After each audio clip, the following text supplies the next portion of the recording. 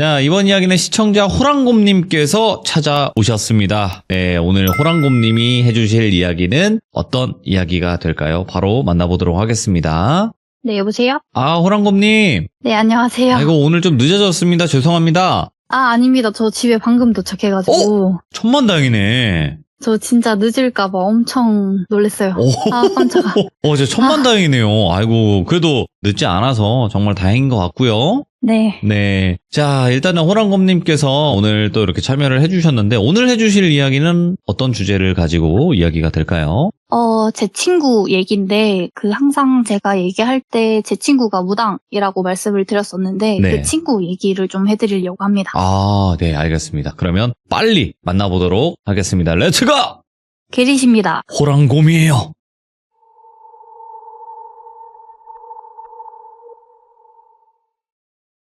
오늘은 친구 얘기를 좀 해보려고 하는데, 일단 제 친구 같은 경우에는 제 친구의 할머니께서 무당이세요. 네. 근데 이제 친구가 돌비님을 맨 처음에 알게 된 이유가 뭐냐면 친구 할머니가 나는 강신무라고 얘기를 했대요. 근데 이제 사실 그게 잘 뭔지 모르니까 그때 당시에 돌비님 유튜브에다 검색을 해봤나 봐요. 그래서 이제 그냥 강신무 이렇게 검색을 했는데 이전에 올리셨던 강신무 얘기가 있었거든요. 네네. 그래서 그 얘기를 보고 이런 거구나 하고 이제 할머니 얘기를 듣고 있었는데 제가 사실 그 할머니 얘기를 먼저 해드리고 싶었는데 그게 사실 조금 기억이 잘 안 나가지고 그럴 수 있어요. 네, 그건 다음에 만약에 친구가 얘기해주면 그때 얘기를 하려고 하고 네. 오늘은 돌비가 살아왔던 얘기를 조금 요약을 해서 한번 해보도록 하겠습니다. 알겠습니다. 일단 돌비가 어렸을 때도 엄청 많은 걸 봤대요. 그냥 보기도 하고 듣기도 하고 이런 식으로 어딜 가나 그런 연가들이 좀 있었다고 하는데 근데 그 친구 같은 경우에는 가위 눌리고 하는 것들은 많이 겪어보진 못했는데 네. 이제 사실 제가 약간 귀신을 보는 친구들한테 제일 먼저 물어보는 게 가장 무서웠던 귀신이 뭐야? 이런 것들 많이 물어보잖아요. 근데 이제 그때 당시에 봤던 그 연가가 좀 제일 소름 끼치고 이상하게 생겼었다. 그러니까 자기는 약간 조금 사람같이 보는 연가들이 거의 대부분인데 근데 이 사람은 좀 특이했었다 하는 그런 사연인데 그래서 맨 처음에 그 친구가 미취학 아동이었다고 했으니까 한 6살 정도라고 생각하시면 될 것 같은데 예? 당시 이제 친구 집 구조는 그냥 안방이랑 돌비방이 마주보는 구조라고 생각을 하시면 됩니다. 그래서 이제 친구가 방에서 이렇게 침대에 누워있으면 머리 쪽에는 창문이 있고 그리고 오른쪽 대각선 아래쪽에 방문이 있는 구조라고 생각을 하시면 되는데 침대라고 표현을 했지만 그냥 침대 헤드가 있긴 한데 매트리스만 있는 그런 느낌이라고 생각하시면 돼요. 네. 거기서 혼자서 이렇게 자곤 했었는데 어느 순간 이제 돌비가 그냥 보통 아기들은 막 자주 뒤척이잖아요. 근데 그 친구는 어렸을 때부터 말을 조금 잘 하긴 했었대요. 그 나이 때도. 근데 이제 이렇게 누워서 자면은 평범하게 대자로 이렇게 누워서 자다가 아침에 일어나 보면 항상 침대 헤드 쪽에 머리가 이렇게 꺾여서 깨곤 했대요. 근데 뭔가 이제 그쪽으로 나를 잡아당기고 있다. 이런 느낌이 좀 강하게 들었다고 했었는데 이 느낌이 들어도 돌비는 그냥 중간에 깨진 않고 항상 그냥 그런 식으로 해서 깼대요. 근데 그게 자주 있었던 건 아니고 그 시점부터 계속 한 2주 정도 그렇게 했었는데 돌비가 그때마다 자면서 꿈을 꿨었는데 처음에 꿈꾼 걸 얘기를 해드리자면 네. 하늘에서 어떤 사람이 떨어지는 걸 보면서 그게 제3자의 눈으로 그냥 계속 쳐다보고 있는 그런 꿈을 꿨다고 했는데 이 꿈이 첫날에는 하늘에서 누가 떨어지는 거를 중간 장면부터 보기 시작한 그런 꿈을 꾼 거예요. 그래서 이제 그 꿈을 꾸고 그 다음 날이 되니까 이게 하늘이 아니라 어떤 건물에서 떨어지는 거로 보기 시작했고 그 다음에는 이 건물이 우리 아파트구나 라는 생각이 들었대요. 근데 돌빈의 아파트 구조가 복도식 아파트인데 디귿자 모양으로 생겼었다고 했거든요. 네. 근데 돌비네 집에서 그 창문을 바라보면 반대편에 어떤 다른 봉이 보이는 그런 구조라고 생각하시면 되는데 네. 항상 그쪽 방향으로 목이 꺾여서 이렇게 일어나니까 돌비는 이게 좀 떨어지는 꿈? 이런 게 되게 무섭고 왜냐면 이게 내가 떨어지는 꿈, 이런 꿈이면 좀 키 크는 꿈이라 하잖아요. 근데 이제 부모님한테 얘기를 해도 뭐 떨어지는 꿈은 뭐 키 크는 꿈이니까 괜찮아 이렇게 얘기를 하는데 돌비 같은 경우에는 근데 내가 떨어지는 게 아니잖아요. 그러니까 되게 무서운 거예요. 그래서 이제 돌비가 이게 왜 이런 꿈을 꿀까 이런 생각을 조금 했는데 나날이 가면서 이 사람이 키가 이 정도 되니까 고등학생이겠구나. 이 정도면 우리 사촌 오빠 누구랑 나이가 같겠다 했는데 교복이 보이고 네. 이런 것들이 점점 보이는 거예요. 근데 이 꿈을 꿨을 때 시점이 겨울이라고 했어요. 근데 저희 동네가 약간 남쪽에 가깝기 때문에 눈이 잘 안 와요. 근데 눈이 잘 안 오는데 그날 눈이 왔대요. 네. 그래서 그날은 그렇게 자고 했는데 보통 그렇게 해도 아프다 이런 느낌은 없었다고 했는데 그날은 새벽에 목이 너무 끊어질 듯 아파서 깬 거예요. 돌비 같은 경우에. 그래서 왜 내가 이것 때문에 깼지? 라는 생각이 딱 들었는데 몸이 안 움직여지는 거예요. 우리는 이제 가위가 눌렸구나 라고 생각할 수 있는데 어린아이 시점에서는 이게 왜 이렇게 됐지? 라는 생각이 먼저 들었다고 했는데 돌비가 목이 꺾여 있는데 오른쪽 시야로 보면은 문이 있잖아요. 근데 아무래도 부모님이랑 따로 자기 때문에 안방문도 열려있고 돌비네 문도 열려있고 했는데 이게 봐도 부모님한테 목이 너무 아프다라고 소리를 계속 지르면서 울었대요. 근데 우는데 보통 문이 열려있고 하면 어머니 아버지들은 이런 거 되게 잘 듣잖아요. 근데 아무리 불러도 엄마 아빠를 계속 부르는데 엄마 아빠는 답이 없는 거예요. 그래서 돌비는 이제 이 상황이 너무 무서우니까 계속 울었대요. 계속 울다가 갑자기 이제 조금 어둠이 익숙해지니까 그 시야로 보이잖아요. 그래서 봤는데 그때는 겨울이다 보니까 해가 뜨거나 이런 건 아닌데 밖에 그래도 어느 정도 빛이 들어와서 이렇게 보이는 시야에 좀 해괴망측한 그런 형상의 사람이 있었는데 이 사람이 교복이 입고 있는 걸 알겠어요. 근데 목 위로는 얼굴이 있어야 되는데 얼굴은 바닥에 공처럼 굴러서 자기한테 다가오고 있고 예. 그리고 다리가 있어야 되는 위치에 손이 있고 뭐 이런 식으로 되게 좀 기괴한 형상을 한 어떤 영가가 자기한테 걸어오더래요. 근데 다리로 걸어오는 게 아니라 한쪽은 다리고 한쪽은 팔이고 뭐 이런 식으로 그렇게 해서 오는데 이게 걸어온다고 하기보다는 조금 기어온다는 그런 형상에 가까운 그래서 이 영가가 무섭다라기보다는 희한하네 라고 생각을 했대요. 돌비는. 그래서 이제 그 영가를 계속 보면서 이 사람은 왜 이러고 있지? 라는 생각이 드는 동시에 이분이 어느 층에서 떨어진 사람이겠구나가 이제 머리로 갑자기 그 소리가 울리더래요. 네. 나 어디서 죽었는데 이런 것들. 근데 이제 그러다가 그 영가가 말하는 게 하나씩 얘기를 하는 게 아니라 왼쪽 머리 쪽으로는 아파 이걸 계속 반복하는 거예요. 아파 이렇게 엄청 빠르게. 예. 그리고 계속 반복하고 오른쪽으로는 내가 오늘 무슨 일이 있었고 왜 내가 이렇게 됐고에 대해서 설명을 하는데 그게 오른쪽으로 들리는 그 말이 뭐였냐면 수능을 쳤는데 망했다. 근데 나는 항상 이런 환경에서 너무 억압돼서 뭐 이런 어려운 단어 쓰면서 내가 너무 힘들었고 이런 거에 대해서 계속 얘기를 하는데 그 와중에 계속 머리도 너무 아프고 목도 아프고 손목도 아프고 엄청 온몸이 아프더래요. 그 사람이 된 거 마냥. 그래서 이 사람의 고통이 내한테 느껴지는 거구나 라는 그 느낌을 딱 받았을 때부터 돌비는 조금 멘붕이 왔대요. 왜냐면 갑자기 어떤 이상한 사람이 보이는데 그 사람은 계속 같은 말을 아파 반복을 하면서 오른쪽으로는 자꾸 자기 사연에 대해서 얘기를 하려고 하고 머리도 깨지겠고 목도 아프고 뭐 온몸이 다 아프니까 돌비가 살면서 느껴봤던 고통 중에 그게 제일 강한 고통이라고 했었어요. 그래서 그게 아직도 생생하다 이렇게 얘기를 하면서 근데 그거를 계속 얘기를 하는데 그 순간에 이 얘기를 들어줘야지 이게 끝나겠구나 라는 생각이 문득 들었대요. 그래서 그러면 천천히 말해달라. 네. 오빠 천천히 말하세요. 이렇게 얘기를 하니까 갑자기 그 영가가 엄청 울면서 내가 왜 이렇게 됐냐면 하면서 설명을 계속 하는데 이게 계속 반복이 되니까 무슨 말인지 하나도 못 알아듣는 거예요. 왜냐면 자기가 하고 싶은 말이 많으니까 계속 여러 목소리로 말하는 느낌이 들더래요. 그래서 이제 못 알아듣겠다. 어떻게 해야 되지 하고 왜냐면 돌비는 그때 당시 6살이었으니까 이게 멀티도 안 되고 너무 힘든 거예요. 그래서 엄청 멘붕이 왔던 와중에 갑자기 처음에는 전화가 울렸어요. 전화 소리가 엄청 크게 울리는 것처럼 들리는데 그 전화가 울리는 소리를 듣고도 부모님은 안 일어나는 거예요. 근데 나는 계속 전화 소리도 들리고 이 영가가 계속 나한테 말을 하는데 돌비는 계속 이게 멘붕이 되는 거죠.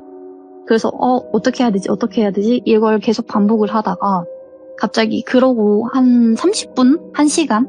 이런 시간이 계속 지나는 동안 계속 머리는 깨지겠고 이 연관은 계속 얘기를 하고 이게 반복이었대요. 그래서 어떻게 하지 하는데 현관문이 쾅쾅쾅 하면서 이제 누가 문을 두드리는 거예요. 그때 돌비가 갑자기 몸이 움직여지고 그 연관은 사라졌대요. 그래서 갑자기 왜 이렇게 됐지? 하고 일어났어요. 근데 갑자기 목이 아프고 이런 것들은 다 사라지고 그래서 돌비가 그대로 일어나서 방문을 나갔는데 갑자기 안방에 있던 부모님이 뛰어나오는 거예요. 근데 그 당시에 부모님도 가위에 눌려서 못 일어나고 있는 상황이었어요. 그래서 이제 돌비는 현관문에서 두드린 게 누군지 너무 궁금하니까 밖에 문 두드린 거 누구야? 라고 얘기했는데 돌비네 엄마가 할머니일 것 같아 하면서 이제 문을 열었는데 할머니가 계시는 거예요. 근데 이제 돌비네 할머니가 아까 전화를 했다고 했던 게 돌비네 할머니였어요. 왜냐면 자다가 중간에 깼는데 내 손이 어떡해 라고 된 거예요. 그래서 이제 엄청 뛰어와가지고 돌비네 집으로부터 할머니 집이 걸어서 1시간 정도 걸리는 거리인데 당시에 차가 없으셔가지고 그냥 냅다 뛰어오신 거예요. 손녀가 너무 걱정되니까. 그러고 나서 어머니랑 아버지랑 데리고 얘기를 하는 게 뭐라고 했는지는 모르겠는데 그날부터 돌비가 한 3일 정도 유치원을 안 갔대요. 근데 엄마 아빠가 항상 맞벌이셔가지고 일을 하러 갔었는데 엄마가 출근을 안 하고 나랑 놀아주니까 돌비 입장에선 너무 좋잖아요. 그러면서 가위 눌렸던 사실을 좀 잊은 거예요. 그래서 한 3일 정도 그렇게 놀다가 돌비네 어머니 아버지가 출근을 하시면 돌비는 보통 유치원을 갔다가 할머니 댁에 있으면 엄마나 아빠나 먼저 마치는 사람이 할머니 댁에 데리러 오는 거예요. 그런 식으로 생활을 하고 있었는데 그날도 이제 유치원 끝나고 그 유치원 차가 할머니 집에서 내려준 거죠. 근데 내려주다가 할머니랑 이런저런 얘기를 하다가 할머니한테 며칠 전에 있었던 일을 얘기를 했대요. 근데 그 얘기를 했는데 하면서 지금은 몰라도 된다 라고 얘기를 하고 넘겼대요. 그러다가 저랑 돌비랑 맨 처음에 만났던 게 초등학교 저학년 때인데 돌비가 맨 처음에 저를 딱 봤을 때 저는 되게 좀 신기한 사람이었대요. 돌비가 혹시 김태림님 과거 사진 중에서 머리 엄청 덥수룩하게 해서 눈 가리고 있는 사진 아세요? 그 사진처럼 하고 다녔었거든요. 네. 엄청 말랐고 하얗고 그런 모습이었고 지금도 여전히 키는 작긴 한데 그 친구가 엄청 왜소한 그런 체형에다가 사실 그 사진 보면은 되게 사람이 음침해 보이잖아요. 머리가 눈을 거의 다 가리고 있으니까. 근데 돌비가 항상 그런 머리를 유지를 했었대요. 근데 이제 그런 상태로 돌아다니니까 안 그래도 약간 귀신 보는 애다 뭐 이런 소문이 있는데 거기다 이제 그런 행색으로 하고 다니니까 저 친구가 없었던 거고 사실 맨 처음에 돌비님이 친구분은 왜 사연 신청 안 하시냐고 이렇게 얘기했잖아요. 그때 혹시 카톡 했던 거 기억나세요? 네. 엄청 약간 말을 단답식으로만 대답을 하거든요. 사연이 있으면 이렇고 저렇고 이렇게 얘기를 해야 되는데 A는 B고 B는 C고 C는 D야 이런 식으로만 얘기를 하는 사람인 거예요.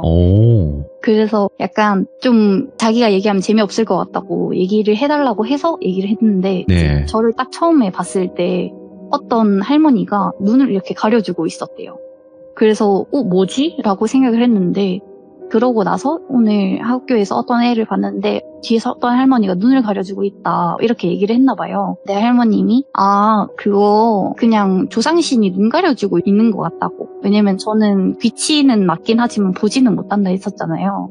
근데 그분이 계속 눈을 가려줘서 못 볼 걸 못 보게 하는 그런 느낌이라고 생각하면 된다라고 얘기를 했었는데 근데 그러면서 이제 저랑 점점 친해지고 저도 돌비 할머님을 뵙고 이렇게 하다가 그 가위 눌린 사건에 대해서 제가 여태까지 봤던 귀신들 중에 뭐가 제일 무서워? 라고 했는데 그 얘기를 해준 거예요.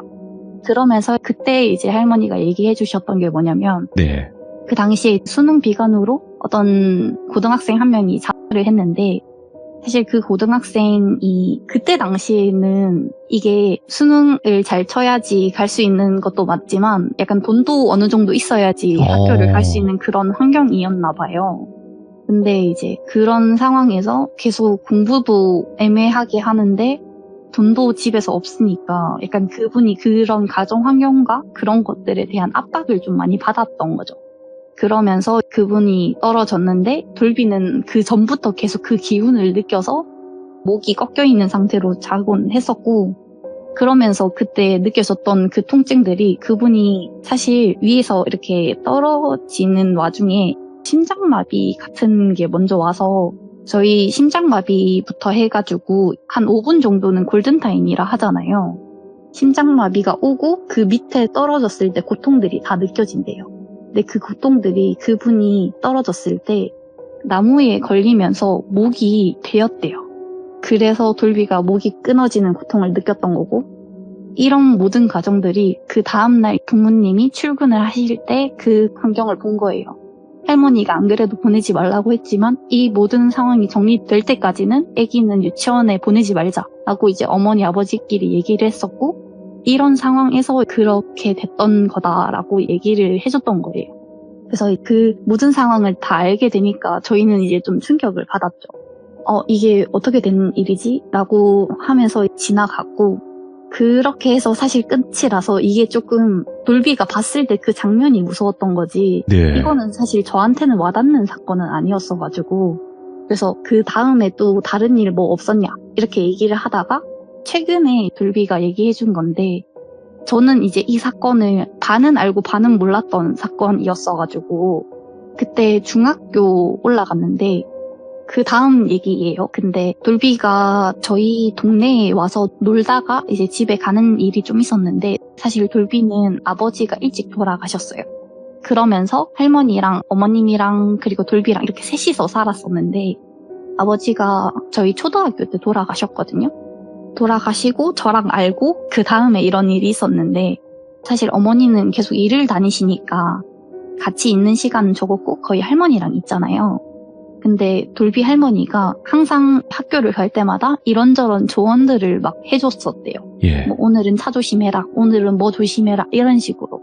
돌비도 느껴지긴 하지만 아직 어린애니까 할머니가 엄청 챙겨주셨던 거예요.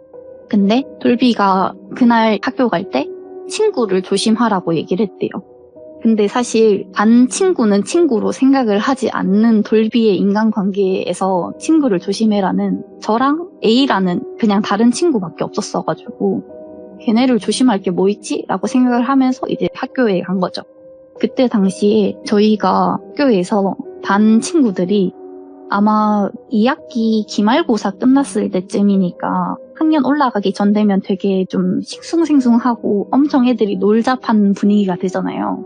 그래서 그때 당시에 반 애들이 거기서 분신사바 같은 걸 하고 했었어요. 근데 사실 낮에 뭐 그런 걸 해도 이런 게 통하나 하면 사실 사람도 엄청 많고 하니까 잘 안 될 거 아니에요. 그래서 걔네들이 분신사바를 하다가 그게 안 되니까 이게 뭐야 하면서 안 했던 거예요. 그러다가 저희는 그때 수업이 끝나고 저랑 돌비는 항상 같이 학원을 가거나 아니면 집에 오거나 이렇게 반복을 했었었는데, 네. 그때 저희 동네에 사실 약간 흉가라고 불리는 곳이 있어요. 근데 거기가 도깨비터라고 할머니가 얘기를 해주셨었는데, 저희 집을 올라가는 길에 그 흉가가 있거든요. 근데 그 흉가 쪽으로 가는 길이 저희 집으로 가는 길 중에서 제일 약간 지름길 같은 길인데, 저는 이제 할머니한테 좀 무서운 얘기를 많이 듣다 보니까 그 길로 안 가고 항상 삥 둘러서 집을 갔었거든요. 근데 그 터가 도깨비 터이고 뭐 이런 걸 다 떠나서 그 네. 근처에 대나무가 엄청 많았어요. 근데 중1 정도 되면은 사실 막 약간 인터넷도 하고 하니까 대나무 근처에는 뭐 귀신이 많다 뭐 이런 것들을 종종 듣곤 했었어가지고 네. 저는 그 길을 항상 피해 다녔었는데, 근데 거기서 항상 똑같은 얘기가 들리는 게 뭐냐면, 낮에 보면은 혹시 그 약간 음식집 같은 데 가면 이렇게 기다랗게 생겼는데 여기저기로 옷 걸 수 있는 그런 옷걸이 아세요? 알죠. 네, 그런 게 세워져 있는데 낮에 보면 그건데 밤 되면 그게 약간 도깨비 장승처럼 엄청 화난 사람, 오. 엄청 화나 보이는 그런 형상으로 보는 사람들이 너무 많은 거예요. 그래서 그 흉가는 이제 사람들이 좀 다 피해 다니는 그런 곳이었는데, 거기는 사실 그 길이 좀 골목길이긴 한데 어둡거나 그렇지 않는데 그 앞에만 지나가면 되게 음침하다라는 느낌이 강했거든요. 그래서 저는 그 길로 잘 안 다니긴 했었는데, 이제 그 친구들이 낮에 분신사바를 해서 안 되니까 그 흉가에 가서 분신사바를 하자라는 약속을 잡았던 거예요. 근데 이제 사실 돌비는 친구라고 하면은 할머니들은 사실 약간 반 친구들도 다 친구라고 생각을 하시니까 그렇게 얘기를 했던 건데, 그 친구들이 그런 흉가에서 귀신을 제대로 보려면 귀신을 보는 애를 불러야지 귀신을 볼 수 있다. 왜냐면 여기 있다 저기 있다 말해줄 거 아니에요. 그래서 돌비한테 제가 없는 사이에 너 혹시 오늘 저녁에 흉가 갈 건데 너도 올래? 라고 물어봤던 거예요. 근데 이제 돌비는 내가 왜? 라고 얘기를 했던 거고 그 친구들이 시간 되면 와라 이런 식으로 얘기를 했나 봐요. 근데 그날 원래 돌비가 저희 집에서 이렇게 자고 가기로 했었던 날이었었는데 근데 저희 집에서 잘 때 조건이 저희 아버지가 약간 멀리 일을 하러 가셨다가 다시 돌아오시고 옛날로 치면 그런 화물차 운전을 했었어요. 그래서 뭐 며칠 동안 그 지역에 갔다가 돌아오시고 했었는데 여자들끼리 있으니까 돌비가 와서 종종 자곤 했었거든요. 근데 그날 저녁에 아버지가 오신 거예요. 그래서 돌비는 집에 다시 가겠다 하면서 돌아가는 길에 그 친구들이 그 앞에서 있는 거를 이제 잡힌 거죠. 네. 근데 이제 사실 돌비는 그 흉가를 지나가도 그냥 뭐 아무렇지 않으니까 항상 그 지름길을 통해서 본인 집으로 돌아가곤 했었는데 그 앞에서 잡혀가지고 그날 그 친구들이 그 안에서 분신사바랑 강령술 비슷한 뭐 숨바꼭질 이런 것도 한다고 했었고 예. 그런 식으로 얘기를 하면서 돌비한테 좀 이따 가라고 했었는데 그날 할머니도 집에 안 계시고 엄마도 출장 가셔서 없었어가지고 돌비는 심심하니까 그 사이에 껴있었던 거예요. 그래서 그 사이에 있는데 사실 돌비한테는 그때 계속 그 도깨비가 보였대요. 그 사람들이 항상 화난 모습으로 보는 그 귀신이 도깨비였거든요. 그래서 그 도깨비가 계속 애들이 와가지고 북적북적 하니까 그게 되게 흥미롭다는 듯이 그 도깨비가 계속 그걸 보고 있었대요. 걔네들이 네. 하는 말들을 들으면서 계속 이렇게 보고 있었는데 돌비는 그게 보이지만 그게 보인다고 티를 내면 안 되니까 그냥 그 사이에 있었었고 근데 그 친구들이 약간 좀 지금 말하면 약간 일진무리 같은 그런 느낌이니까 돌비가 사실 거기에 계속 있었던 이유는 괴롭힘 당하지 않으려면 그냥 그 사이에 있어야 되는 그런 느낌으로 그냥 서 있었다고 해요. 근데 이제 돌비는 초등학교 때부터 귀신 본다는 애로 엄청 유명했으니까 이 안에 귀신이 있냐고 물어봐서 있다 라고 얘기를 했대요.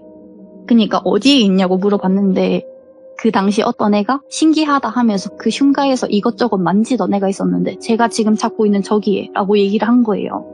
근데 중학교 1학년 친구들이 그 얘기를 딱 들었을 때 엄청 소리 지르고 막 난리가 났을 거 아니에요. 근데 이런 상황에서 그 도깨비가 엄청 웃더래요, 갑자기. 그래서 이렇게 장난치면 안 될 것 같으니까 빨리 집에 가는 게 어때? 라고 먼저 물어봤는데 너는 그냥 옆에 서 있으면 안 되냐? 왜냐면 귀신이 왔는지 안 왔는지 그 yes or도 이렇게 해도 걔네들이 진짜인지 아닌지 모르니까 왜냐면 친구들끼리 힘줘서 이렇게 하는 애들 있잖아요.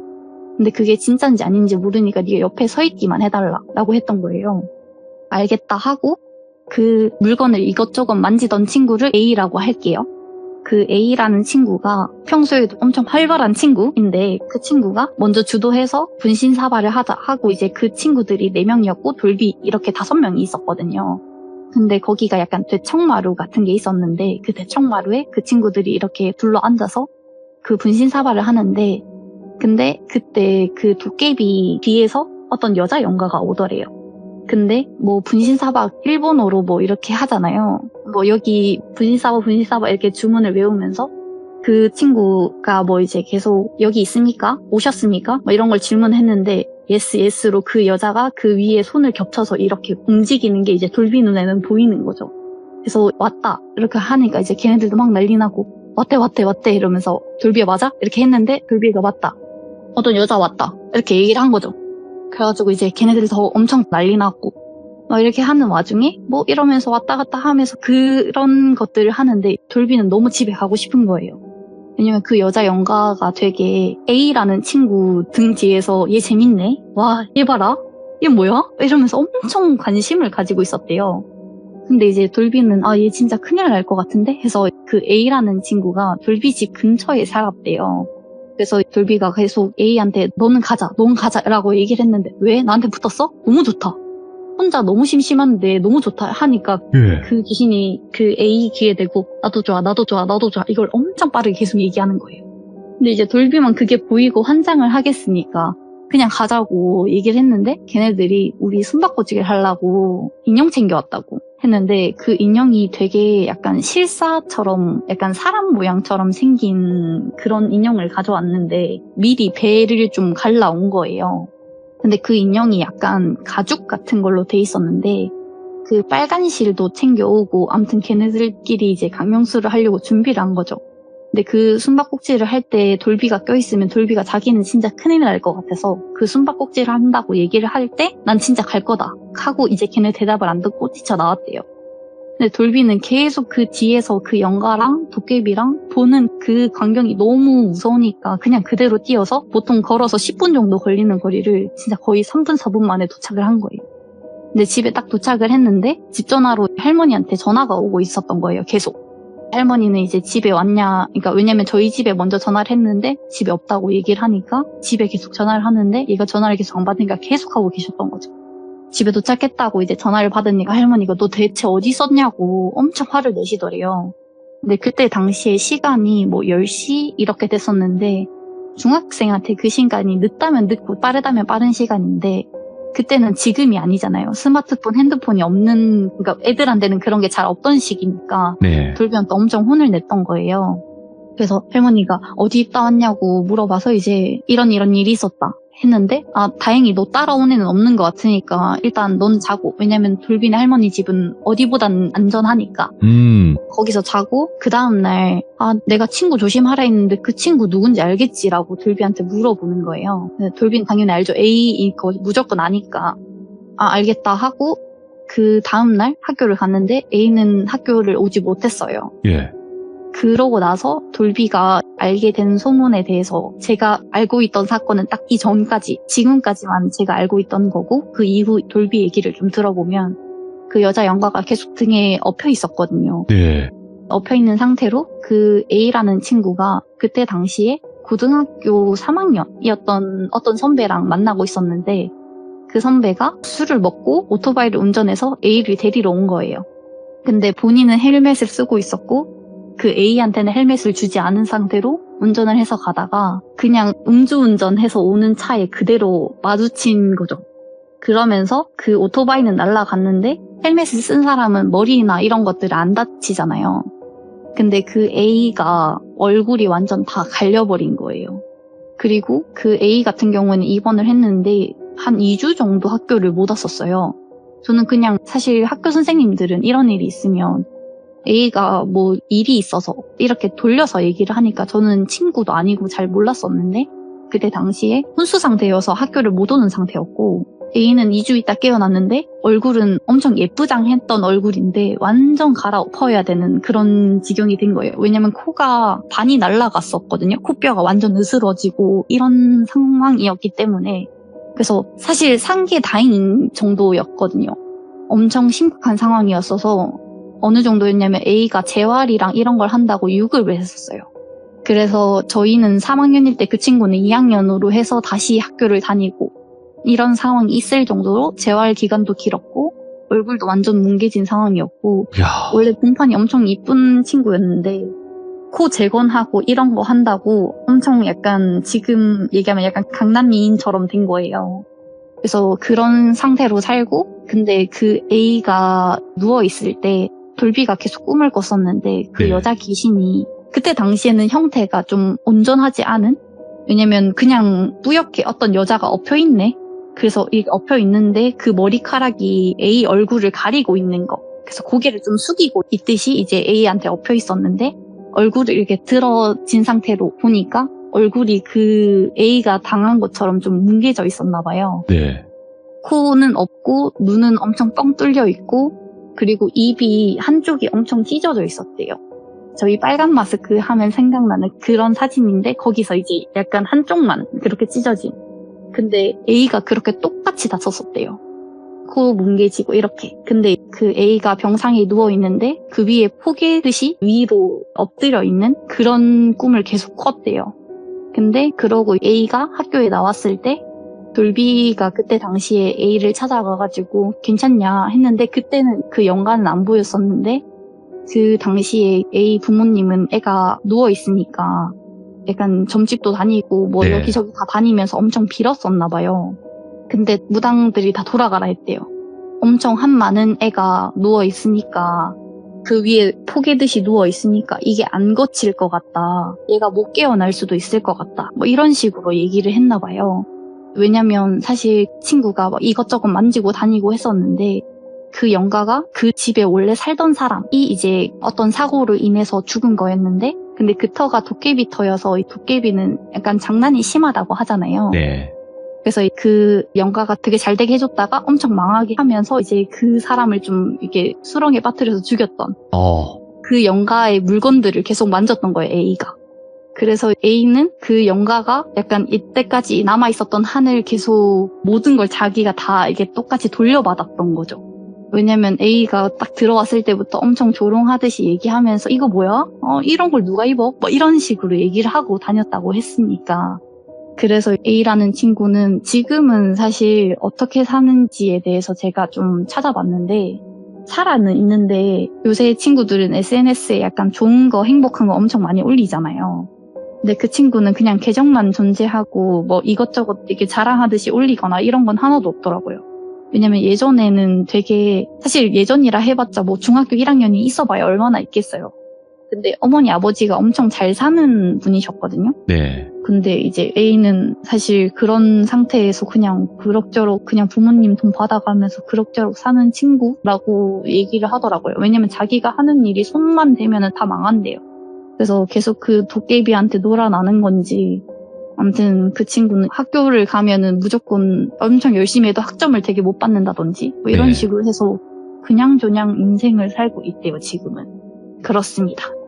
와, 근데 이게 참 우리가 여러 가지 이야기들은 듣지만 귀신 때문에 사람이 이렇게 됐다라고 하는 걸 대부분은 잘 안 믿으려고 하거든요. 맞습니다. 네, 근데 겪어보신 분들은 이게 진짜 있으니까 조심해야 된다라는 것을 누구보다 더 잘 알잖아요. 네, 맞습니다. 네, 근데 진짜 그 친구분 호랑곰님의 이야기에서 이제 여러 번 등장은 하셨지만 정말 또 별의별 삶을 많이 하셨네요. 그리고 또 겪으셨고.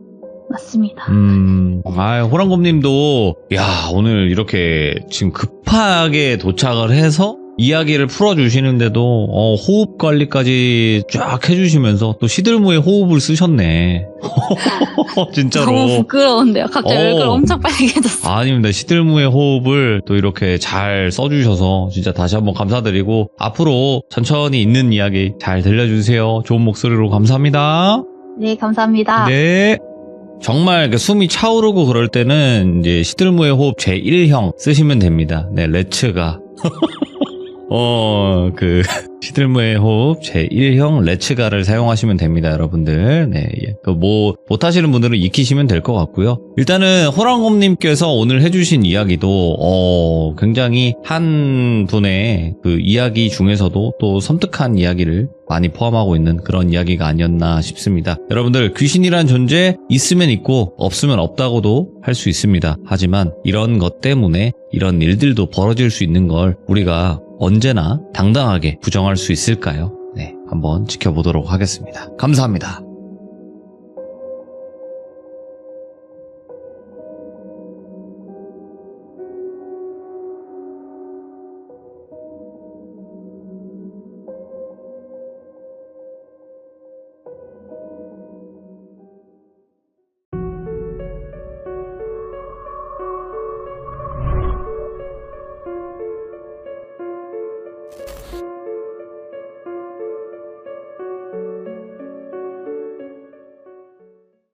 자, 이번 이야기는 시청자 키스데이님께서 찾아와 주셨습니다. 자, 오늘 처음으로 찾아주셨는데 가족분들이 이상한 일을 겪으셨다라고 해서 시들무에 방문을 해주신 건데 어떤 이야기일지 한번 들어보도록 할게요. 여보세요? 안녕하십니까? 안녕하세요. 키스데이님. 네, 안녕하세요. 네, 아이고, 솔직하게 많이 긴장이 되잖아요. 심장이 막 떨려오잖아요. 시작 전에. 네네. 하지만 막상 통화를 하고 나면 이제 싹 그게 내려가요. 지금 손에 네. 땀이 나서 손이 계속 미끌거려요, 지금. 그럴 때는 한 박수 한번 칠까요? 핸드폰을 들고 들고 계시구나. 죄송합니다. 제가 대신 쳤습니다. 네, 그래서 너무 긴장하지 마시고 일단은 오늘 해주실 이야기가 가족분이 이상한 일을 겪으셨어요. 네, 어떤 현장에 갔다가 네. 그 이후에 저와 아버지가 이후에 겪게 되고 음. 그리고 그 일을 극복하기 위해서 네. 노력하는 과정을 이야기해드리겠습니다. 알겠습니다. 그러면 천천히 한번 차근차근 이야기를 들어보도록 하겠습니다. 렛츠고! 일이십니다. 키스데이예요.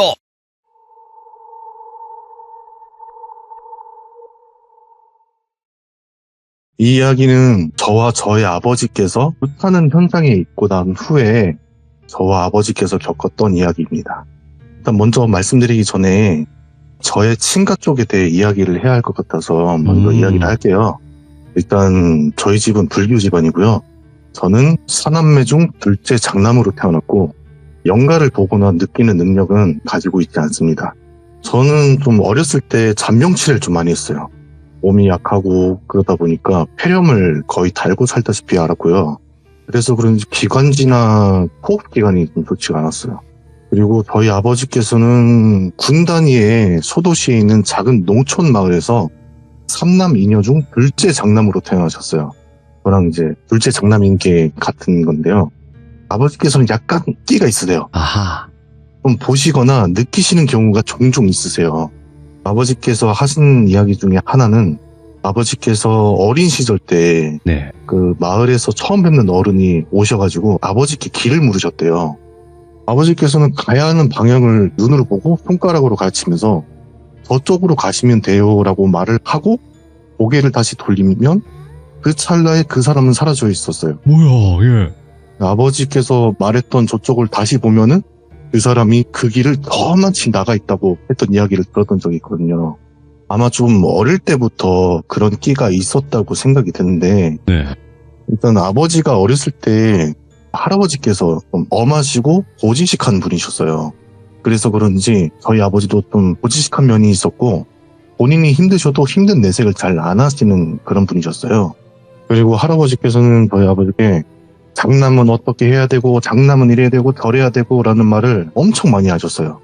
그래서 아버지께서는 어렸을 때부터 책임감이 강하시고 동생들을 잘 돌보고 저한테는 큰 고모인데 위로는 누나가 한 분 계셨는데 조금 티격태격했지만 사이도 좋게 잘 지냈다고 해요. 네. 그렇게 아버지 형제가 어엿한 어른이 되어서 직장을 갖고 결혼을 하고 각자 가정을 꾸리게 되면서 시골이 아닌 도시로 다들 나가게 됐어요. 근데 저희 아버지도 직장 첫 출장 발령을 수도권 지역으로 받았는데 그때 당시 할머니 건강이 많이 좋지 않았었거든요. 지금은 돌아가시고 몇 년이 지났는데 돌아가시기 전까지 10가지 정도의 질병을 앓고 계셨어요. 그래서 아버지가 타지로 나갈 수 없으니 그 지역에 있는 지사에 지원을 해서 그 지사에서 근무를 하게 됐어요.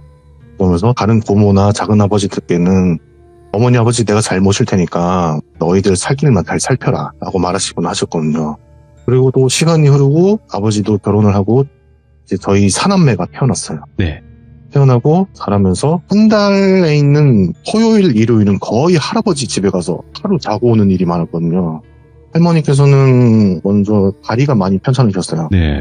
언제부터 아프셨냐 이렇게 물어보니까 어머니께서 아버지랑 결혼하려고 어머니한테는 시댁이죠.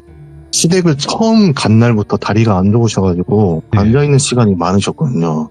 그리고 시간이 좀 흐르고 제가 초등학교 저학년 때 할머니께서 퇴행성 관절염으로 인공 관절 수술을 하게 되었어요. 이제 대학병원에 입원을 해서 수술을 진행을 했는데 근데 이거는 정말 의사가 수술 과정에서 진짜 말도 안 되는 실수를 저지르거든요. 예를 들어서 이건 진짜 지금 생각해도 좀 그런데 오른쪽 다리를 수술해야 되는데 왼쪽 다리를 수술한 거예요.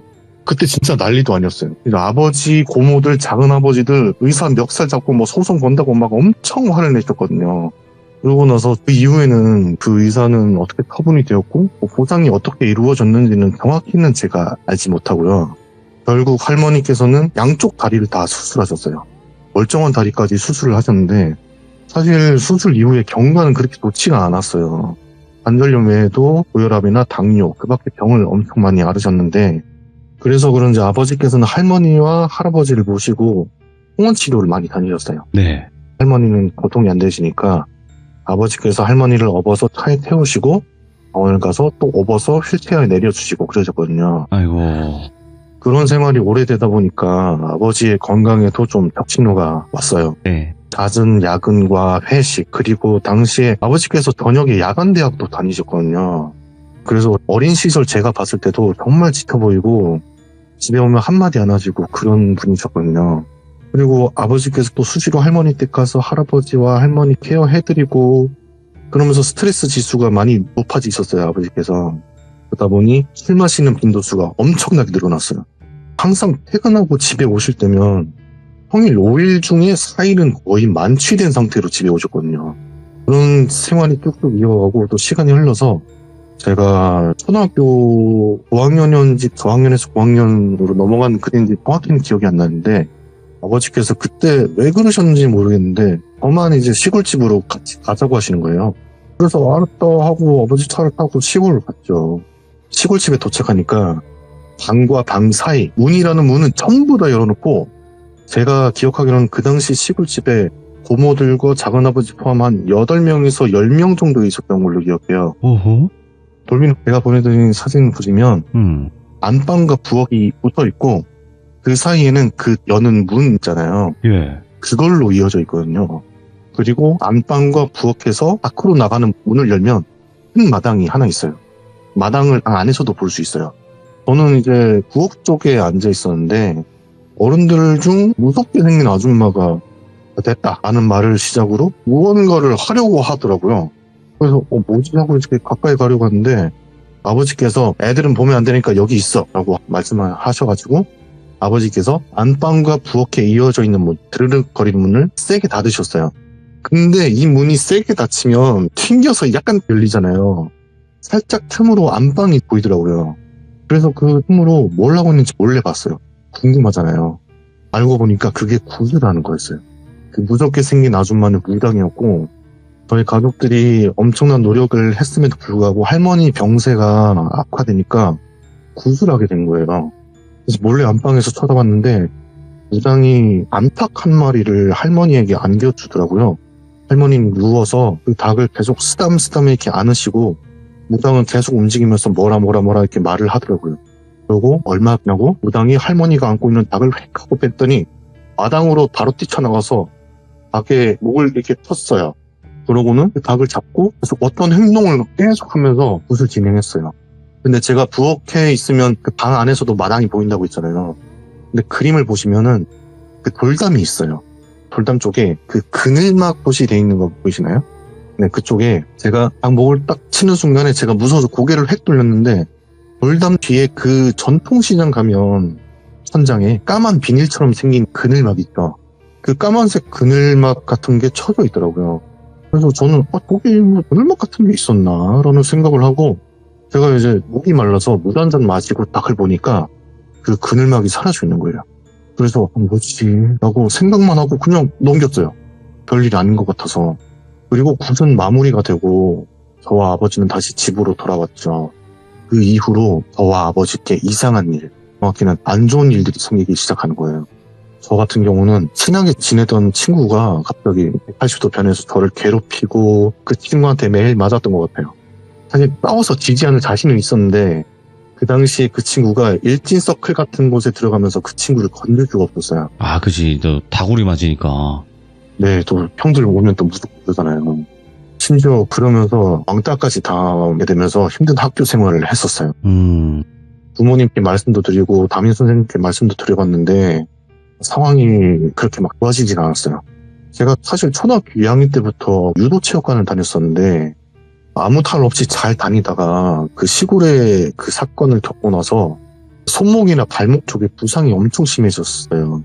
낙법을 잘못 쳐가지고 발이 삐끗하다거나 손목이 돌아간다거나 그런 부상이 심해져서 오랫동안 운동을 쉬었거든요.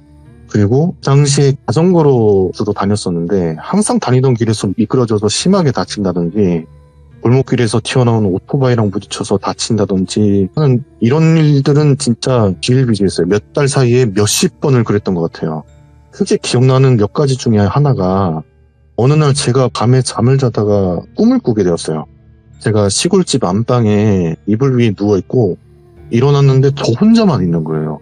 시골집 옆에 작은 개천 또랑이 있어서 거기는 집 안에 있어도 365일 24시간 내내 물 졸졸졸 흐르는 소리가 들리는데 그 졸졸졸 소리가 들리지 않고 웬 군인들 구두발 소리가 들리는 거예요. 근데 이 구두발 소리가 한두 명이 아니고 적어도 이건 한 중대다. 그래서 안방에서 나와서 문을 열고 마당으로 나갔어요. 보니까 개천 옆길로 군인 같은 사람들이 까만 망토 같은 걸 머리까지 덮은 채로 행진을 하고 있는 거예요. 속으로는 엄청 놀라기도 했지만 근데 이상하게 제 몸은 그들 쪽으로 향하고 있었거든요. 그 무리에 섞여서 같이 걸어가고 있는데 옆쪽에서 급하게 작은 목소리로 저를 부르는 소리가 들렸어요. 이제 저를 칭해야 되는데 키스데이 이름이 이상하니까 뽀뽀날 해서 줄여서 뽀날이라고 할게요. 뽀날리. 옆에서 뽀나라 이리 와 얼른 이러는 거예요. 보니까 제가 유치원 다녔을 때 저희 유치원 담임 선생님이었어요. 선생님이 왜 시골집에 있지? 이런 생각이 들었는데 일단 부르니까 갔어요. 근데 선생님이 저를 들쳐 엎어매고 망토를 뒤집어 쓴 채로 계속 걸어갔어요. 저는 이제 숨을 죽이고 계속 가만히 있었죠. 근데 내려가는 길에 코너 도는 쪽이 있는데 그쪽까지 다다르니까 갑자기 사람들이 비명을 지르면서 도망을 가는 거예요. 전 엎인 상태고 망토를 뒤집은 상태여서 무슨 상황인지 모르잖아요. 선생님 등에서 떨어졌어요. 떨어지면서 개천으로 굴렀거든요. 일단은 뭐가 뭔지는 모르겠지만 상황이 좋지 않다라고 판단을 해서 개천에 있는 흙과 지득을 온몸에 바르고 위장을 했거든요. 그렇게 한참을 엎드려 있었는데 사람들의 비명 소리가 잔잔해지고 조용해졌을 때 고개를 들었어요. 네?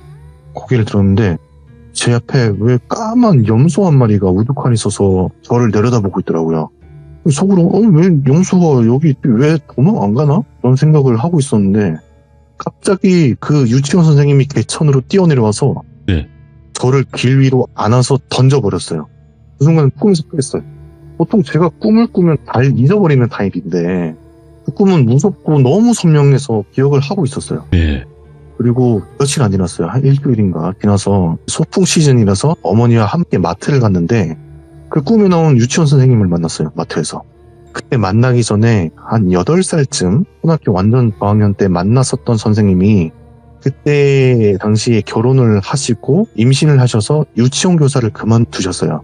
그리고 나서 한 1년인가 2년 뒤에 만난 거였거든요. 소풍 시즌 돼서. 근데 제가 기억하는 선생님은 되게 통통하고 항상 밝은 에너지가 넘치는 선생님이셨는데 제가 마주친 선생님은 살이 너무 많이 빠져있고 사람의 생기가 많이 없다? 라는 느낌을 받을 정도로 많이 초췌한 느낌이었어요. 네. 그때는 어린 마음에 선생님이 다이어트 하느라 밥을 못 드셔서 그런가 했어요. 그렇게 선생님과 어머니께서 몇 마디 인사를 나누고 선생님과 헤어졌죠. 그리고 시간이 지나고 제가 성인이 돼서 나중에 그 선생님 만났던 일이 기억나서 어머니께 여쭤봤어요. 그 내용은 일단 마지막에 말씀드릴게요. 그리고 한 가지는 또 2003년에 우리나라를 휩쓸고 갔던 태풍 매미 때였어요. 그때는 뭐 태풍이 온 줄도 모르고 홍수가 나도 폭설이 내려도 학교를 가던 그런 시절이었는데 그날은 학교를 마치고 집에 왔는데 아무도 없더라고요. 집에서 있다가 너무 심심해서 집 앞에 작은 고수부지가 있는데 우산 들고 나가서 동변에 물구경하러 가야지 하고 그냥 혼자 밖에 나가서 물구경을 하고 있었어요. 근데 그 물살을 계속 보면 뭔가 좀 어지럽고 빨려 들어갈 것 같은 느낌 혹시 아시나요? 그런 느낌이 들면서 갑자기 정신이 아득해지고 몸이 차가워져서 정신을 차려보니까 제가 그 물 안에 들어가 있더라고요. 솔직히 이거 폭우 속에 물살이 떠내려가게 생겼는데 아니나 다를까 물살이 너무 세서 물살에 떠내려갔어요. 제가 진짜 체감상 한 100m 떠내려간 것 같은데 다행히 얼마 떠내려가지 않고 거기는 돌팍이 붙여서 그 돌팍을 죽을 똥팔똥 잡으면서 버티다가 지나가던 어른들이 그 긴 막대 같은 걸로 저를 이제 구해주셨어요. 그렇게 이제 나와서 일단 무서운 것도 무서운 거지만 부모님한테 혼날까봐 얘기하면 일단 그 이후로 그 이야기는 아직도 모르세요. 부모님께서. 그 이후로 저 물공포증이 생겨서 물가에 웬만하면 안 가거든요. 그 사건이 있고 나서 이 두 가지가 제가 겪은 대표적인 두 가지고 나머지 짜잘하게 엄청 많이 겪었고요. 그리고 아버지께서는 그 이후로 음주하는 빈도수가 더 잦아지셨어요. 주사도 엄청 심해지시고 저희 집이 빌라인데 그때 문이 철문으로 돼 있었거든요. 아버지께서 만취 상태에서 집에 들어오시면은 이걸 노크를 한다고 그 철문을 발로 꽝꽝 차거나 고래고래 소리도 지르시고 들어오시면 집에 안방에 가셔서 쌍욕을 하시고 막 나가라고 화도 내시고 그러셨어요. 근데 그런 일이 자주 일어나면은 묵묵히 참고 있던 어머니께서 이제 참다 언성을 높이게 됐어요. 그런 일이 자주 일어나다 보니까 되게 화목하고 따뜻한 느낌이었던 저희 가족이 조금 흔들리는 듯한 느낌을 많이 받았어요. 그리고 밤에 제가 잠을 자고 있었는데 새벽쯤이었거든요. 새벽에 집 전화가 울리는 거예요. 그때 당시에는 집 전화가 가족마다 하나씩 있었으니까. 근데 보통 새벽에 집 전화로 전화하는 거는 실례기도 하니까 다음날 전화하든지 아니면 개인 핸드폰으로 전화를 하잖아요. 네. 근데 전화가 울리는 거예요. 그래서 그 소리에 제가 반쯤 깨어있는데 어머니께서 전화를 받으셨어요. 어머니께서 전화를 받으시더니 네? 어디라고요? 지금 바로 갈게요 하고 급하게 나가셨어요. 알고 보니까 아버지께서 뒷길에서 운전을 하시다가 미끄러져서 가로수에 차를 들이받고 병원으로 이송됐다고 하시더라고요. 차는 폐차될 정도로 심각하게 찌그러지고 망가졌는데 다행히 아버지께서는 크게 다치진 않으셨어요. 근데 복숭아뼈가 50조각이 나는 부상을 당하시고 병원에 입원하시고 수술을 하시게 되었어요. 다행히 수술도 잘 끝나고 병원 생활을 좀 한 달 정도 하셨어요. 아버지께서 이러한 일을 겪으시고 그 밖에도 뭐 여러 가지 술 때문에 일어난 일들이 많은데 대표적으로는 이 두 가지가 되겠네요. 그리고 아버지께서 복숭아뼈 수술로 병가를 내시게 됐는데 시간이 조금 지나고 아버지께서 목발을 짚고 다닐 수 있을 정도가 됐을 때 저희 집이 이제 불교로가 있잖아요. 가족끼리 사찰을 간 적이 있었어요. 되게 오랜만에 사찰을 갔는데 그때 차에서 처음 내렸을 때 그런 느낌이었어요. 마음이 너무 편안하고 그 어린 나이에 스트레스를 받아서 불안하고 힘들었던 마음을 사찰에서 불어오는 바람과 풍경 소리가 위로를 해주는 것 같았던 느낌? 그런 느낌을 받으면서 마음이 엄청 편안해지더라고요. 그리고 이제 절 안으로 들어가서 어머니께 1,000원짜리 한 장을 받고 불전함에 넣으면서 제가 기도를 했어요. 어린 마음에 정말 이렇게 제가 말을 했습니다. 부처님, 저 뽀날인데요. 저희 가족이 언제부턴가 많이 아프고 다치고 행복하지 않은 가족이 된 것 같아요. 부처님, 저희 가족을 지켜주세요. 라고 하면서 진심을 담아서 기도를 하고 심지어 자기 전에 누워서 합당을 하고 또 같은 내용으로 기도를 계속했어요. 그리고 사찰을 가지 않은 날에는 집에 있는 조그마한 그 미니어처 같은 불상이 집에 여러 개가 있었는데 집에 혼자 있을 때는 그 미니어처 불상 앞에서 혼자 절을 하고 기도를 하기도 했어요. 네. 그렇게 하면 저희 집이 옛날처럼 행복해질 수 있을 거라고 믿었거든요. 그리고 시간이 흘러서 아버지께서는 목발 없이도 잘 걸을 수 있게 되셨고 수술을 하셔서 그런지 이상하게 그날부터는 술을 많이 줄이시게 됐었어요. 그리고 아버지께서는 어느 순간 큰 고모와 주기적으로 어딘가를 다녀온다고 하시고는 외출을 자주 하셨거든요. 그것이 어딘지는 또 잠시 후에 말씀드릴게요. 그리고 저도 어느 순간 다른 친구가 생기면서 학교 생활이 그나마 좀 전보다는 좋아졌어요. 그 이후에 아버지께서 좀 시간이 지나고 나서 큰 액자 2개를 가지고 오셨거든요. 진짜 성인이 들어도 힘들 만큼 큰 액자를 2개 가지고 오셨는데 액자를 포장을 뜯어서 보니까 그 붓으로 그린 그림인데 야생 멧돼지 한 마리가 되게 사납게 그려져 있고 그리고 다른 액자 하나는 한자 용자 그 용자로 용을 형상한 그림을 붓으로 그린 그림인데 이제 멧돼지 그림은 부엌에 용 그림은 안방에 걸어두셨어요. 제가 궁금해서 아버지께 여쭤봤어요. 아버지 근데 갑자기 웬 멧돼지 그림이에요? 라고 물어보니까 아버지께서는 이 멧돼지가 우리 집에 들어오는 안 좋은 것들을 다 잡아 먹어 치워줄 거야 라고 말씀하셨어요. 그리고는 집에 혼자 있을 때 멧돼지 그림 앞에 가서 제가 멧돼지야 우리 집을 따뜻하게 지켜줘 라고 말을 하면서 멧돼지 그림 앞에 저도 눈을 감고 합장을 하고 기도를 했어요.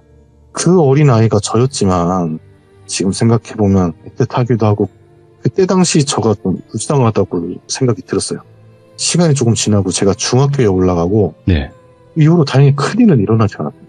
큰일이 일어나지 않고 평화로운 나날을 보내고 있었죠.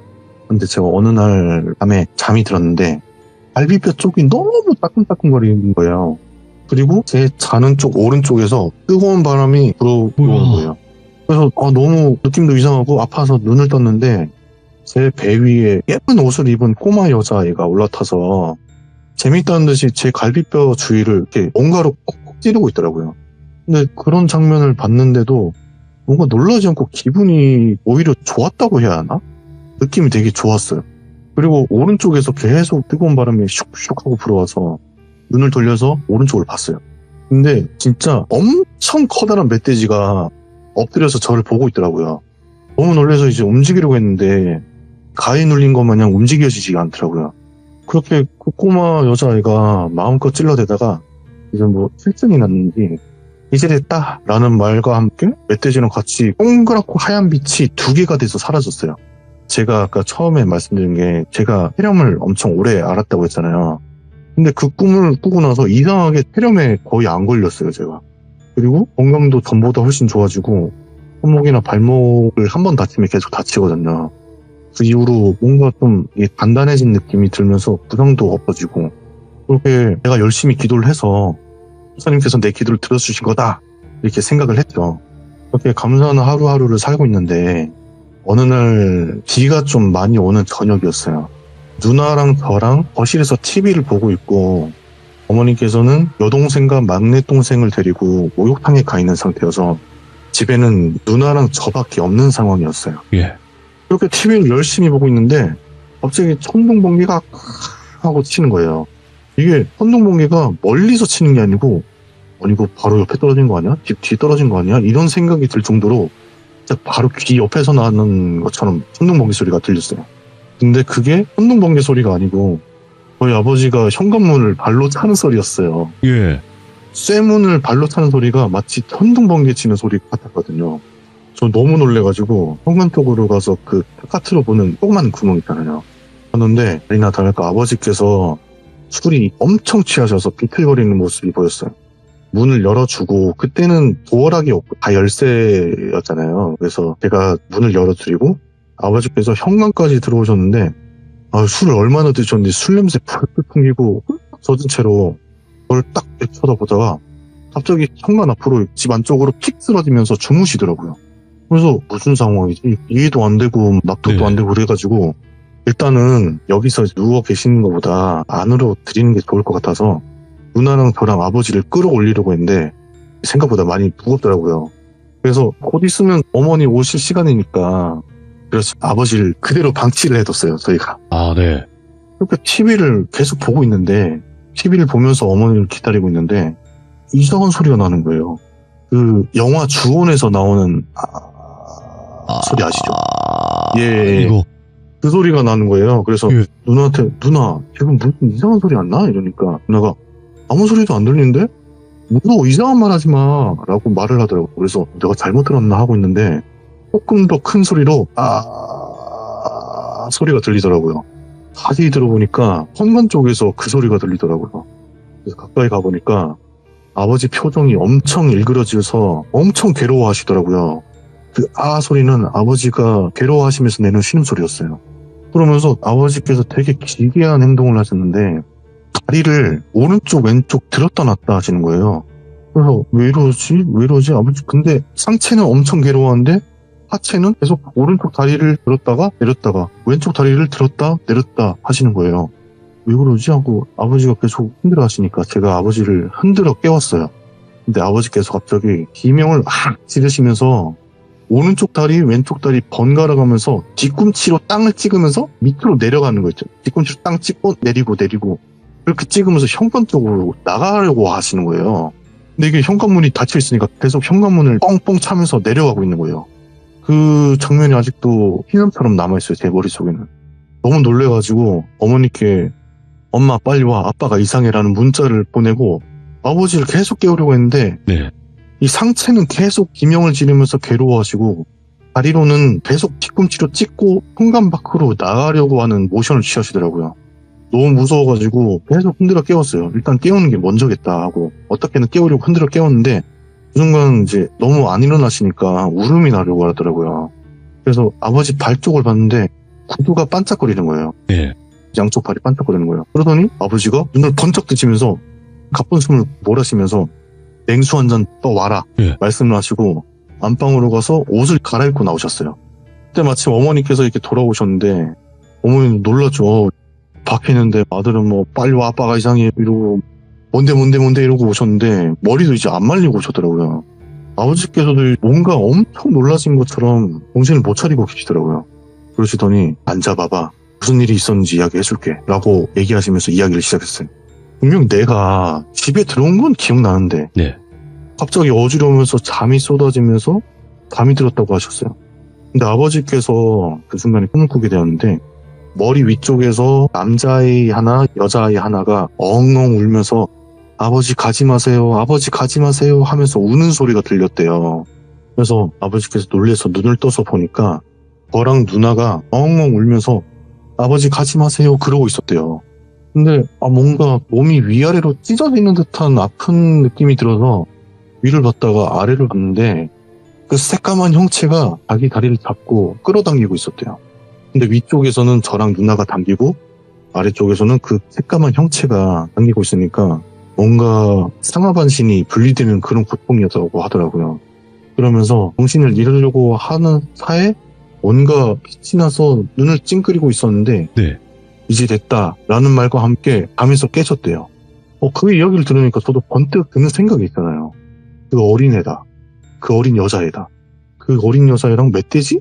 그런 생각이 드는 거예요. 근데 그 당시엔 너무 놀라고 진정이 안 된 상태여서 아버지께 바로 말씀은 안 드렸었거든요. 시간이 지나고 성인이 돼서 이야기를 한번 꺼낸 적이 있었어요. 예. 아버지 제가 이래서 이랬는데 제가 이런 걸 봤다라고 말씀드리면은 아버지는 보통 너 나이 때 꾸는 꿈은 개꿈이야 이렇게 말씀하셨는데 그날은 제가 이런 이야기를 하니까 아버지께서 아이고 내가 조상님 일도 모르고 쫓아냈는데 그래도 보살펴 주시다고 한 분은 계셨나 보다 이렇게 말씀을 하시더라고요. 오. 아마 저의 진심과 간절한 마음이 담긴 기도를 들어주신 게 아닌가라는 생각을 들면서 그 이후로는 그 여자아이는 더 이상 볼 수가 없었어요. 예. 근데 그 이후로 제가 힘들거나 많이 지쳐있고 심적으로 많이 무너져 있는 상태에서는 그 멧돼지 꿈에 한 번씩 나타나기도 합니다. 이야기는 여기서 마무리가 되는데 네. 내용 중간에 잘라낼 걸 잘라내니까 이게 짧지 않았나 생각이 드네요. 아니에요. 너무 잘해주셨고 너무나 네. 기묘했던 이야기였어요. 오늘 이야기가. 그리고 제가 마지막에 말씀드린다고 했던 거 네. 큰 고모와 아버지가 주기적으로 어디 외출을 하셨다고 했잖아요. 네. 그게 다니던 곳이 정확하게 기억은 안 나는데 조상께 기도를 드리는 기도터라고 말씀하시더라고요. 네. 알고 보니까 이게 아버지가 말씀하시기를 큰 고모가 아버지보다 조금 더 끼가 있으시대요. 그래서 큰 고모가 저희 집 힘든 거 알고 사정도 아니까 같이 가서 기도를 하자 이렇게 말씀드려서 기도터로 가서 기도를 하시기도 하셨고 그리고 그 유치원 선생님을 만났다고 했잖아요. 네. 유치원 선생님이 살이 많이 빠지고 생기가 없으셨다고 말씀을 드렸는데 제가 8살, 9살쯤에 임신을 하셔서 유치원 교사를 그만뒀다고 하셨잖아요. 그 이후에 좀 안 좋은 일이 생겨서 유산을 하셨다고 하더라고요. 근데 그 이야기를 지나고 나서 들으니까 이거 제가 억지로 막 짜맞추는 그런 경향이 없지 않아 있을 수도 있는데 혹시 진짜 배신 간 건가? 이 생각이 들더라고요. 네. 그리고 아버지께서 방에 들어가서 막 상욕을 하고 뭐라 했던 거는 제가 지나고 나서 물어보니까 아버지가 아니 초대하지 않은 사람이 내 집 안방 침대에서 앉아있어서 화가 났다 이렇게 말씀을 하시더라고요. 근데 아버지께서 말씀하시기를 내가 생각했을 땐 조상님이 왔다 간 것 같다고 내가 이렇게 힘들어하고 기도도 열심히 하니 돌봐주시려고 왔는데 내가 화내고 소리 지르면서 내쫓아버린 것 같다라고 네. 말씀을 하시더라고요. 이야기는 여기서 끝입니다. 근데 말씀 굉장히 정리 잘해서 하시는데요? 중간에 제가 볼이랑 혀를 너무 많이 씹어서 발음이 좀 샜어요. 괜찮습니다. 너무나 말씀 잘해주셨고 오늘 또 키스데이님께서 이런 기묘한 일들이 가족분들과 본인께 있었다라는 거를 누구보다 더 저희가 잘 알 것 같이 전달을 잘 받았거든요. 그러니까 네. 걱정하지 마시고 앞으로 혹여라도 또 다른 이야기 있으시면 또 말씀해 주시고요. 예, 알겠습니다. 네, 너무 고맙습니다. 감사합니다. 감사합니다. 네. 이게 말을 하다 보면 혀를 씹거나 아니면 이제 볼 이 옆에 살을 씹을 수도 있어요. 그 점을 항상 주의해 주시고요. 키스데이님처럼 이런 또 기묘한 일들을 겪는 분들이 분명히 있습니다. 여기 시들무에서도 분명히 시청자분들 중에서도 계실 거고 언제든지 사연 제보해 주시면 감사할 것 같습니다. 고맙습니다.